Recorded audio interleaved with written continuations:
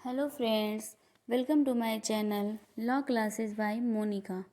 आज का हमारा टॉपिक है इंडियन पैनल कोड 1860 का दुष्प्रेरण क्या है।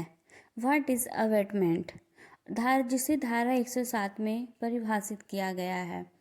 धारा 107 में बताया गया है कि दुष्प्रेरण क्या है, अवेटमेंट क्या है।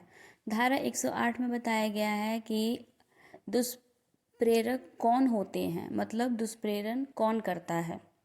धारा 115 में बताया गया है कि दुष्प्रेरण के क्या सज़ा मिलती है, दुष्प्रेरण करने वाले को इसकी क्या सज़ा मिलती है, इसका प्रावधान किया गया है धारा 115 में। फ्रेंड्स, अगर आपको हमारा वीडियो पसंद आता है तो प्लीज़ वीडियो को लाइक करिएगा और चैनल को सब्सक्राइब करिएगा और बेल आइकन ज़रूर प्रेस करिएगा ताकि आगे आने वाला वीडियो आप तक आसानी से पहुंच सके। तो चलिए चलते हैं आज के हमारे टॉपिक पे कि दुष्प्रेरण है क्या।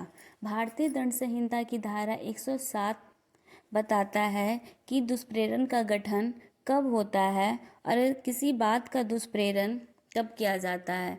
दुष्प्रेरण का अर्थ होता है कि किसी व्यक्ति को कोई कार्य करने के लिए, और यदि वह व्यक्ति कोई कार्य कर रहा है तो उसे वह कार्य करने से रोकने के लिए उकसाना या प्रेरित करना होता है। सामान्यतः किसी व्यक्ति को किसी कार्य के लिए उकसाना कोई अपराध नहीं माना जाता, किंतु जब ऐसे किसी दुष्प्रेरण में कोई गैर कानूनी तत्व आ जाता है तो ऐसा दुष्प्रेरण एक अपराध की श्रेणी में आ जाता है। मतलब दुष्प्रेरण का अर्थ है उकसाना, मतलब एक व्यक्ति किसी दूसरे व्यक्ति को उकसा करके कोई अपराध करवा सकता है।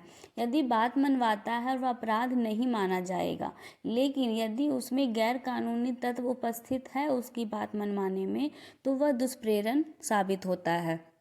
धारा 107 किसी बात का दुष्प्रेरण निम्न 3 प्रकार से किया जाता है। पहला है कि उकसा करके दुष्प्रेरण करवा सकता है, षड्यंत्र के द्वारा दुष्प्रेरण हो सकता है और सहायता के द्वारा दुष्प्रेरण हो सकता है। उकसाने के द्वारा दुष्प्रेरण क्या होता है? उकसाना या भड़काना का अर्थ है कि किसी अन्य व्यक्ति को एक दोषपूर्ण कार्य करने के लिए उत्तेजित करना। एक व्यक्ति एक कार्य करने के लिए एक दूसरे व्यक्ति को सलाह दे सकता है, सुझाव उकसा कर उसे बात मनवा सकता है। उकसाना भी 2 प्रकार से हो सकता है, पत्र लिख करके, दूसरा है प्रत्यक्ष रूप से उकसा सकता है सामने रह करके। पत्र द्वारा उकसाना क्या होता है? जैसे अ जो है वो एक पत्र लिखकर स को हत्या के लिए व को उकसाता। अ जो है वो एक पत्र लिखता है व को और उकसाता है उसे कि वह स की हत्या कर दे। उकसाने द्वारा दुष्प्रेरण का अपराध जो है वो तभी पूर्ण हो जाता है जैसे ही उस पत्र में लिखी बातों का पता ब को लगता है। यदि पत्र कभी भी ब के पास नहीं पहुंचता तो यह दुष्प्रेरित करने का प्रयत्न मात्र होगा, दुष्प्रेरण नहीं होगा। प्रत्यक्ष रूप से उकसाना में क्या होता है कि सामने रहकर कोई बात को मनवाना। जैसे अ अपने नौकर व को आदेश देता है कि वह स को पीटे। यहाँ उकसाने का अ जो है वो अपराधी है, क्योंकि वो सामने रहकर प्रत्यक्ष रूप से उकसा रहा है कि वह स को पीटे। अ जो है वो स को ब को आदेश देता है कि वह स को पीटे, तो यहाँ अ जो है वो अपराधी है उकसाने का। इस बाद में इसका एक बाद है क्वीन बनाम मोहित का। इस बाद में क्या होता है, एक स्त्री जो है वो अब सती होने के लिए तैयार होती है अपने पति के साथ, और वे लोग जो भी राम राम सत्य जो कहते हैं वो साथ में उसके साथ गए। तो यहाँ पे ये दुष्प्रेरण का कार्य करे। वो समझा सकते थे उस स्त्री को, लेकिन लोगों ने भी, लोग जो साथ चलते हैं वो लोगों भी साथ दिए, तो वे लोग भी दुष्प्रेरण के अपराधी हैं। षड्यंत्र के द्वारा दुष्प्रेरण क्या होता है?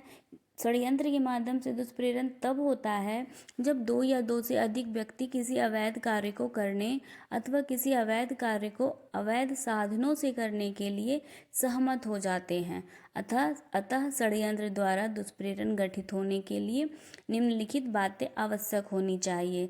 षड्यंत्र क्या होता है? 2 या 2 से अधिक व्यक्ति किसी अवैध कार्य को करने के लिए उकसा रहा है या किसी अवैध कार्य को अवैध साधन से करने के लिए सहमत हो जाता है। तो पहला है 2 या 2 से कौन कौन सी बातें आवश्यक होनी चाहिए। पहला है 2 या 2 से अधिक व्यक्तियों के बीच षड्यंत्र होनी चाहिए। एक कार्य अवैध लोभ उस षड्यंत्र के फलस्वरूप कारित होने चाहिए, या ऐसा कार्य अवैध कार्य जो षड्यंत्रित वस्तु को पूर्ण करने में कारित हुआ हो। षड्यंत्र का अर्थ होता क्या है?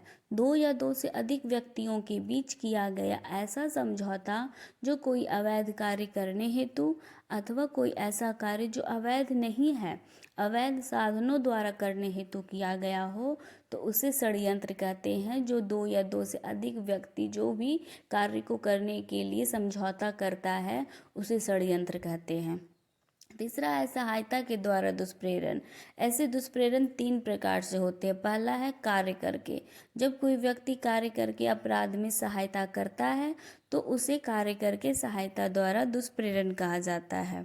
मतलब कोई व्यक्ति किसी का हेल्प कर करके उस अपराध में अगर साथ देता है तो उसे कहते हैं, वो भी सहायता द्वारा दुष्प्रेरण होता है।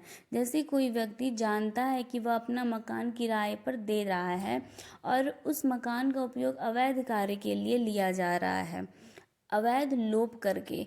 जब किसी व्यक्ति का कोई कार्य करने का दायित्व होता है और वह साथ से इसका लोप करता है तो वह दुष्प्रेरण का अपराधी कहलाता है।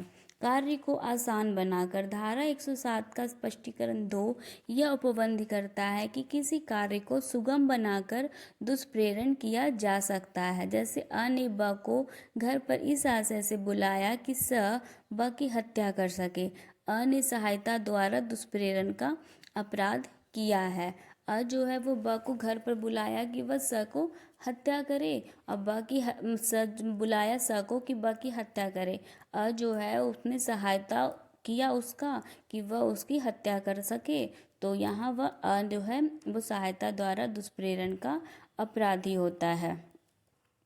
तो धारा 108 में भी बताया गया है कि दुष्प्रेरक होते कौन है। दुष्प्रेरक वह होते हैं जिसे जो उकसाता है, और दुष्प्रेरित जिसे उकसाया गया, जो प्रेरित हुआ है, उसे दुष्प्रेरित कहते हैं। और दुष्प्रेरक जो उकसाता है, और दुष्प्रेरण जिसकी हत्या की गई है या कोई अपराध किया गया है, तो वो होगा दुष्प्रेरण। तो आज ये हमारा था और धारा 115 में बताया गया दुष्प्रेरण का दंड क्या है। अगर कोई दुष्परिणाम के परिणाम स्वरूप अगर वो अपराध किया है तो उसे 7 साल की सज़ा मिलती है, और अगर वह